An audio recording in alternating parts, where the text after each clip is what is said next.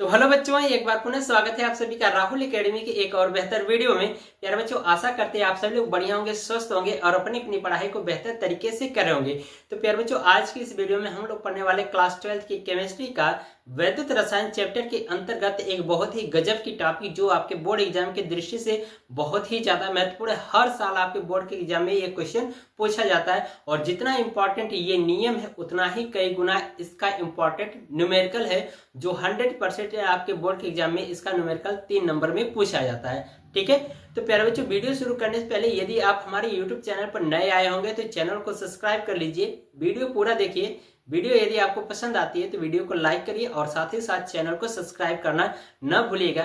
तो चलिए बच्चों, बिना किसी देरी के आज की वीडियो को शुरू करते हैं। तो प्यारे बच्चों, यहाँ पर देखिए मैंने हेडिंग लगा रखा है नर्स्ट समीकरण, या इसी को कह दिया जाता है नर्स्ट समीकरण। ठीक है, तो ये चीजें हैं। तो प्यारे बच्चों, हम लोग सबसे पहले ये जो नियम लिखा गया है इसको बाद में देखेंगे। ठीक है, सबसे पहले हम लोग बेसिक जानकारी ले लेते हैं चित्र के माध्यम से। जब प्यारे बच्चों हमें बेसिक चीज जानकारी हो जाएगी, यानी बेसिक जो हमें पता हो जाएगा, तो जो ये निर्नष्ट समीकरण है ये बिल्कुल मक्खन हो जाएगा, हर एक चीजें आपको क्लियर हो जाएगी। जब प्यारे बच्चों मकान बनाते हैं तो जब हमारा नींव यानी बेस ही मजबूत नहीं होता तो मकान क्या हो जाएगा, ढह जाता है। तो उसी तरह से यहाँ पर जो ये निर्नष्ट समीकरण जो पढ़ रहे हैं इसका हमें सबसे ज्यादा जरूरी है कि इसका बेसिक चीज जानना है। ठीक है, जब बेसिक चीज जान जाएंगे तो हर एक चीजें आपको समझ में आएगी। तो आइए हम लोग बिना किसी देरी के आज की वीडियो को शुरू करते हैं। और यहाँ पर देख रहे हो कि मैंने बोर्ड पर एक चित्र बना रखा है। ये हमारा क्या है, एक सेल है प्यारे बच्चों। ठीक है, और इस सेल में क्या होता है, दो तरह के इलेक्ट्रोड होते हैं, एक होता है एनोड और एक होता है कैथोड। ठीक है, तो यहाँ पर जो हमने एनोड और कैथोड जो लिया है ये कॉपर धातु का लिया है। और ये जो कॉपर धातु जो होती है, जो धातु होती है उसी के क्या करते हैं, विलयन का लवण लेते हैं। ठीक है, तो यहाँ पर कॉपर धातु तो हमने कॉपर सल्फेट का विलयन लिया और इस कॉपर सल्फेट के विलयन में हमने क्या किया, कॉपर धातु के दोनों इलेक्ट्रोडों को डुबा के रखा है। ठीक है, जब इन दोनों को इलेक्ट्रोडों के इस कॉपर सल्फेट के विलयन में डुबा के रखेंगे तो इन इलेक्ट्रोडों के सिरों पर क्या होता है, एक विभव उत्पन्न हो जाता है प्यारे बच्चों, और उस विभव को हम कहते हैं इलेक्ट्रोड विभव। ठीक है, तो यही इलेक्ट्रोड विभव यानी किसी भी अर्धसेल, ये हमारे जो इलेक्ट्रोड होते हैं प्यारे बच्चों ये हमारे क्या कहलाते हैं, अर्धसेल कहलाते हैं। ठीक है, इन्हीं को हम कह देते हैं एनोड और कैथोड। ठीक है, तो यही जो इलेक्ट्रोड है इसका एक इलेक्ट्रोड विभव ज्ञात करने के लिए निर्नष्ट ने एक समीकरण दिया जिसे हम कहते हैं निर्नष्ट समीकरण। ठीक है, ये चीज समझ में आ रहा है। अब प्यारे बच्चों एनोड और कैथोड होता क्या है इसको आप ध्यान रखिएगा। जो हमारे प्यारे बच्चों जो एनोड होता है ये हमारा क्या होता है, प्लस का होता है, जो कैथोड होता है वो हमारा क्या होता है, माइनस का होता है। तो एनोड पर प्यारे बच्चों जो अभिक्रिया होती है वो हमारा क्या होती है, ऑक्सीकरण होती है। ये आपको ध्यान रखना है कि एनोड पर जो अभिक्रिया होती है वो कैसी होती है, ऑक्सीकरण अभिक्रिया होती है। ठीक है, और जो कैथोड होता है इस पे कौन सी अभिक्रिया होती है, अपचयन। ठीक है, यानी कि कैथोड पर अपचयन अभिक्रिया होती है, ये आपको ध्यान रखना है। ठीक है, ये चीज समझ में आया है। अब प्यारे बच्चों मैं बता दूं कि जो इलेक्ट्रोड विभव होता है, ठीक है, इलेक्ट्रोड विभव को हम लोग ई से दर्शाते हैं और जो मानक इलेक्ट्रोड विभव होता है उसको ई नॉट से दर्शाते हैं। ठीक है, अब ये इलेक्ट्रोड विभव मैंने बता दिया कि जब किसी धातु की छड़ को किसी विलयन में डुबाते हैं तो उस इलेक्ट्रोड पर क्या होता है, एक विभव उत्पन्न हो जाता है जिसे हम क्या कहते हैं, इलेक्ट्रोड विभव। लेकिन मानक इलेक्ट्रोड क्या होता है, यानी स्टैंडर्ड इलेक्ट्रोड विभव हमें पता करना होगा। तो स्टैंडर्ड इलेक्ट्रोड विभव मतलब मानक इलेक्ट्रोड विभव के लिए क्या होता है, एक मानक अवस्था बनाई जाती है। उसके लिए क्या होता है प्यारे बच्चों कि जो दाब है, ठीक है, जो वायुमंडलीय दाब है, ठीक है, वो कितना होना चाहिए, 1 atm होना चाहिए। ठीक है, और जो विलयन की जो सांद्रता है, ठीक है, सांद्रता को यदि मैं कह दूं, जो विलयन की जो सांद्रता है वो कितना होना चाहिए, 1 मोल होना चाहिए। और फिर इसके बाद जो जो तापमान होगा यानी जो टेम्परेचर होगा वो 25 डिग्री सेल्सियस होना चाहिए। ठीक है, तभी ये क्या कहलाता है, हमारा स्टैंडर्ड कहलाता है, यानी कि मानक अवस्था कहलाता है। तो इलेक्ट्रोड का हमें मानक इलेक्ट्रोड विभव बताना है तो इन सभी कंडीशन को फॉलो करना चाहिए। तो ये चीज समझ में आया। आइए अब हम लोग निर्नष्ट समीकरण को देखते हैं ये क्या होता है। तो यहाँ पर देखिए लिखा गया है कि निर्नष्ट नामक वैज्ञानिक ने किसी अर्धसेल का इलेक्ट्रोड विभव ज्ञात करने के लिए एक समीकरण प्रतिपादन किया, यानी एक समीकरण बताया जिसे हम क्या कहते हैं, निर्नष्ट समीकरण या नष्ट समीकरण कहते हैं। ठीक है, बात समझ में आ रही, यानी कि इसमें यही बताया गया है कि निर्नष्ट नामक वैज्ञानिक ने क्या किया था, एक अर्धसेल, यानी कि अर्धसेल का मतलब ये जो इलेक्ट्रोड है, इन इलेक्ट्रोड का इलेक्ट्रोड विभव ज्ञात करने के लिए नेर्नस्ट नामक वैज्ञानिक ने क्या किया, एक समीकरण दिया या एक समीकरण प्रतिपादित किया या बनाया, जिसे हम क्या कहते हैं, नेर्नस्ट समीकरण, या प्यारे बच्चों कहीं कहीं आपके बुक में नर्स्ट समीकरण लिखा होता है इस तरह से। ठीक है, तो आपको परेशान नहीं होना है, चाहे नेर्नस्ट कहिए चाहे नर्स्ट कहिए, दोनों बात एक ही है। ठीक है, तो ये चीज हो गया। तो नेर्नस्ट नामक वैज्ञानिक ने जो फार्मूला दिया है उसको यहाँ पर लिखेंगे। ठीक है, यानी कि जो समीकरण दिया है वो इन्होंने ये दिया है कि E बराबर E0 minus RT upon NF log base E। ठीक है, अब यहां पर प्यारे बच्चों क्या होता है, अपचयन अवस्था, अपचयन अवस्था बटा ऑक्सीकरण अवस्था, ऑक्सीकरण अवस्था।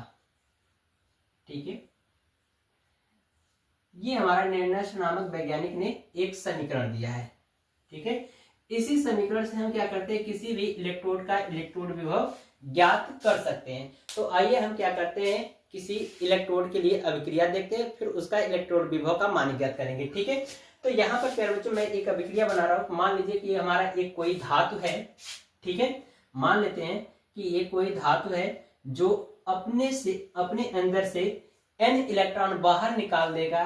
ठीक है, तो n इलेक्ट्रॉन यदि बाहर निकालेगा तो जितना इलेक्ट्रॉन बाहर निकालेगा यह धातु उतना ही उस पर आयन आ जाएंगे। तो ये हो जाएगा, जो धातु है ये अपने अंदर से n इलेक्ट्रॉन को बाहर निकाला तो n प्लस आयन इस पे उपस्थित हो जाएगा। ठीक है, तो यहाँ पर देख रहे हो ये क्या हो रहा है, आपका ऑक्सीकरण हो रहा है, क्योंकि इधर एक भी इलेक्ट्रॉन है, इधर इलेक्ट्रॉनों की संख्या है, n इलेक्ट्रॉन है, तो इधर क्या हो रहा है, आपका ऑक्सीकरण हो रहा है। ठीक है, ऑक्सीकरण। ठीक है, ये ऑक्सीकरण हो रहा है। अब प्यारे बच्चों यदि मैं क्या करूं कि इसी को उत्क्रमणीय अभिक्रिया के रूप में प्रदर्शित करूं, तो यदि हमारा इससे ये उत्पन्न हो सकता है तो इससे ये भी उत्पन्न होगा। ये हमारा सॉलिड अवस्था में होगा तो ये हमारा क्या होगा, एक्वस में होगा। ठीक है, तो ये चीज है। तो यदि मैं क्या कर रहा हूं कि इसको उत्क्रमणीय अभिक्रिया बना दूं तो हम क्या कर सकते हैं, इससे ये भी प्राप्त कर सकते हैं। तो हम क्या करेंगे, ये उत्क्रमणीय अभिक्रिया के लिए क्या करेंगे, समीकरण बनाएंगे। तो पहले आप इतने क्या करिए, स्क्रीनशॉट ले लीजिए, बाकी डेरिवेशन हम लोग आगे देखेंगे। ठीक है, तो इसको पहले आप स्क्रीनशॉट लो। ठीक है, तो आपने नोट कर लिया। अब जो मैंने अभिक्रिया बनाया था लास्ट टाइम, उस अभिक्रिया को मैं दोबारा लिख रहा हूं। ठीक है, तो यहाँ पर मैंने अभिक्रिया जो बनाया था वो ये था कि कोई एक धातु है, ठीक है, जो अपने अंदर से इलेक्ट्रॉन को त्याग कर रही है, यानी कितना इलेक्ट्रॉन त्याग कर रही है, n इलेक्ट्रॉन को त्याग कर रही है, यानी बाहर निकाल रही है, तो इस पे n प्लस आयन आ जा रहे हैं। ठीक है, तो ये हो रहा है। अब इसी को उत्क्रमणीय अवस्था में यदि बनाऊं तो हम इससे ये भी प्राप्त कर सकते हैं कि यानी इसका मतलब ये हुआ कि जो n प्लस आयन जो धातु है ये क्या कर रहे हैं, n इलेक्ट्रॉन को ग्रहण करके क्या बना रहा है, m धातु बना रहा है। तो यही हम क्या करेंगे, तो इधर देखो एक और कंडीशन, इस साइड हमारा क्या हो रहा है, जब ये इधर अभिक्रिया हो रही है तो इधर n इलेक्ट्रॉन अधिक हो रहे हैं, तो यानी कि इधर क्या हो रहा है, ऑक्सीकरण हो रहा है। ठीक है, ऑक्सीकरण। ठीक है, और इधर देख रहे हो जब ये वाला इधर से अभिक्रिया हो रही है तो इधर एक भी इलेक्ट्रॉन नहीं है, यानी एक भी आयन नहीं है। ठीक है, तो इधर क्या हो रहा है, इलेक्ट्रॉनों की कमी हो रही है, तो इधर क्या हो रहा है, इस साइड अपचयन हो रहा है। ठीक है, तो अपचयन हो रहा है, तो हम क्या करेंगे, यही अभिक्रिया के लिए क्या करेंगे, नेर्नस्ट समीकरण बनाएंगे। ठीक है, तो यहाँ पर देखिए, तो हमने जो नेर्नस्ट समीकरण जो लिखा था वो था आपका E बराबर E0 minus RT upon NF log base E और यहां पर लिखा था अपचयन अवस्था, अपचयन अवस्था बटा ऑक्सीकरण अवस्था, ऑक्सीकरण अवस्था। ठीक है, ये हो गया। तो अब प्यारे बच्चों हम क्या कर रहे हैं, ये जो उत्क्रमणीय अभिक्रिया हो रही है यानी कि जिधर अपचयन हो रहा है वो वाली अभिक्रिया के लिए लिखेंगे, यहाँ पर समीकरण बनाएंगे। तो ये हो जाएगा, यहीं पर मान रखिए। तो अपचयन देखो किस पे हो रहा है, ये जो धातु है M इस पर अपचयन हो रहा है और ऑक्सीकरण अवस्था किधर, इस पे हो रही है, यानी कि M के पावर N प्लस आयन पे हो रहा है। तो यही वाला यहाँ पर अपचयन पे ये वाला मान रख दीजिए, ऑक्सीकरण पे ये वाला मान रख दीजिए अभिक्रिया से। ठीक है, तो यहाँ पर लिखिएगा, यहाँ पर हो जाएगा आपका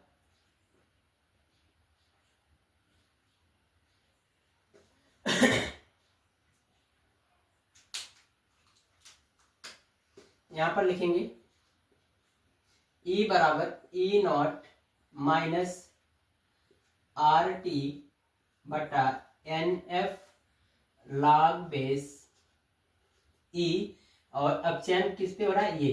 तो इसको हम क्या करेंगे, अंदर बड़े ब्रैकेट के लिखेंगे, यानी धातु का सक्रिय द्रव्यमान बटे इसका सक्रिय द्रव्यमान। तो ये हो जाएगा, ऑक्सीकरण इसी में हो रहा है, तो ये हो जाएगा M के पावर N प्लस आयन। ठीक है, ये हो गया। अब प्यारे बच्चों इसको हमें क्या करना है, log 10 बेस में कन्वर्ट करना होता है। तो इसके लिए एक वैल्यू होती है, यहाँ पर मैं लिख दे रहा हूं, चूंकि log E बराबर जो होता है वो होता है आपका 2.303 log 10 बेस, ये होता है। तो हम क्या करेंगे, इसकी जगह पे ये वाली वैल्यू रख दें। ठीक है, तो रख दीजिए, तो ये हो जाएगा E बराबर E0 माइनस ये वाली वैल्यू रखेंगे तो हो जाएगा 2.303 RT बटा NF log, अब क्या हो जाएगा 10 बेस हो जाएगा। ये हो जाएगा सक्रिय द्रव्यमान M बटा ये MN प्लस आयन। ठीक है, तो प्यारे बच्चों ये हमें फार्मूला एक प्राप्त हो गया निर्णय समीकरण का। ठीक है, अब इसको हम लोग और परिवर्तित कर सकते हैं। ठीक है, क्या करेंगे, यहाँ पर अब देखो, यहाँ पर प्यारे बच्चों जो होगा, जो हमारा जो कैपिटल T है ना, एक क्या है, परम ताप है। तो यहाँ पर लिखेंगे जहां T बराबर, ठीक है, परम ताप।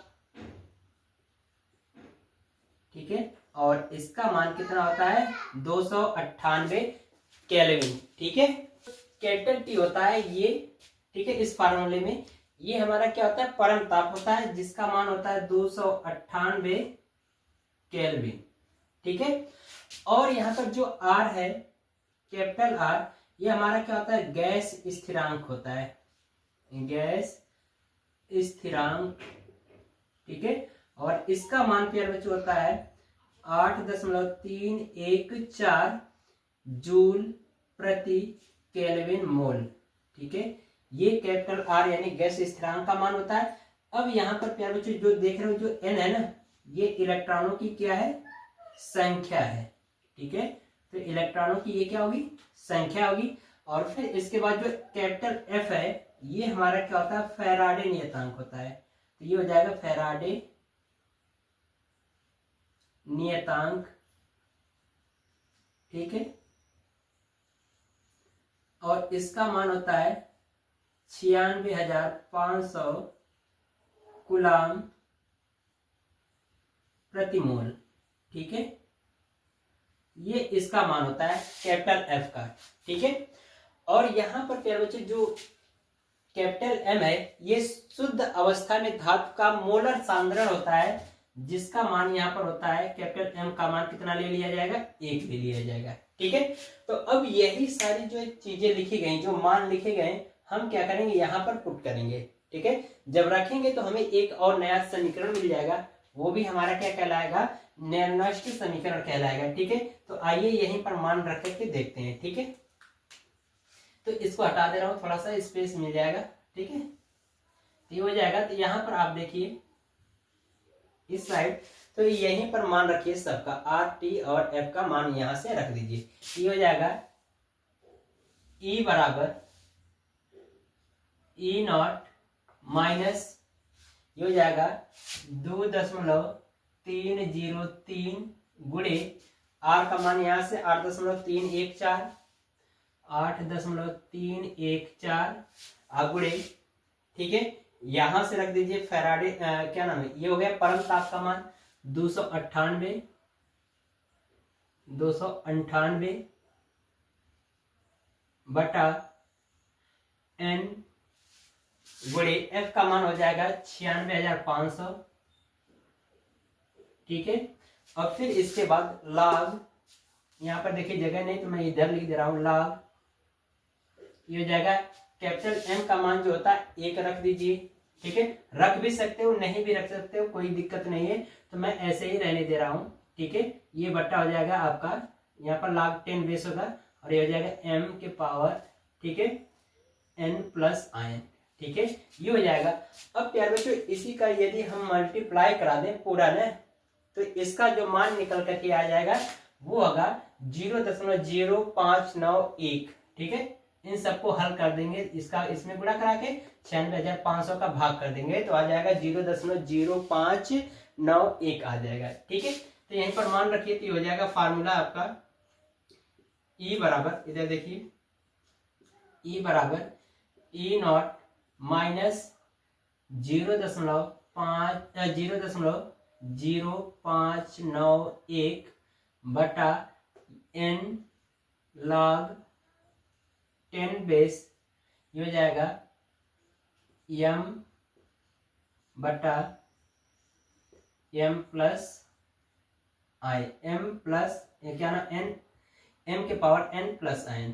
ठीक है, तो ये हमारा फाइनली नष्ट समीकरण का सूत्र का निगमन हो गया। ठीक है, और प्यारे बच्चे यदि आप यहाँ पर m का मान लिखना चाहते हो तो लिख दीजिए। ठीक है, क्योंकि जो मैंने बताया 1 रख दीजिए तो वहां पर ये हो जाएगा एक और फार्मूला E बराबर E0 माइनस 0.0591 बटा n log 10 बेस, ये हो जाएगा 1 और ये पूरे का बटा m के पावर n प्लस आयन। ठीक है, तो ये हमारा एक फार्मूला मिल गया।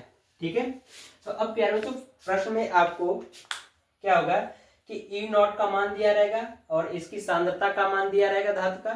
ठीक है, रख करके हल करेंगे तो E का मान निकल जाएगा। अगर मान लो E0 का, अगर ये जो मानक इलेक्ट्रोड व्यूह है इसका मान यदि प्यारे बच्चों नहीं दिया रहता तो इसके लिए एक फार्मूला आता है, वो भी आपको बता दे रहा हूं। इसका फार्मूला होता है E0 बराबर E0 कैथोड, ठीक है, माइनस E0 एनोड।